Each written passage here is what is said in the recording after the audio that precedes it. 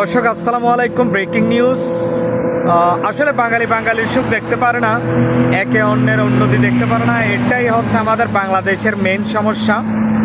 যেমন ধরেন জনাব তারেক রহমান আজকে চায়না অর্থনৈতিক অঞ্চলের অনুমোদন দিয়েছে প্রায় 4,189 কোটি টাকার মতো সম্ভবত আজকে অনুমোদন দিয়েছে সরকার।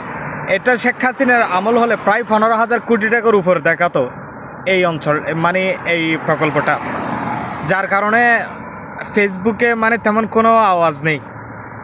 শুধুমাত্র 4,189 কোটি টাকা সম্ভবত মানে অনুমোদন দিলে। এটা মেগা প্রকল্প বলে শেখ হাসিনার আমল হলে কমপক্ষে 15,000 কোটি টাকার উপরে হতো এই প্রকল্পটি, যার ফলে নিউজ হচ্ছে না, ভালোভাবে প্রচার হচ্ছে না। আসলে বিএনপি একটি হতভাগা দল, আমি যেটা বলি আর কি।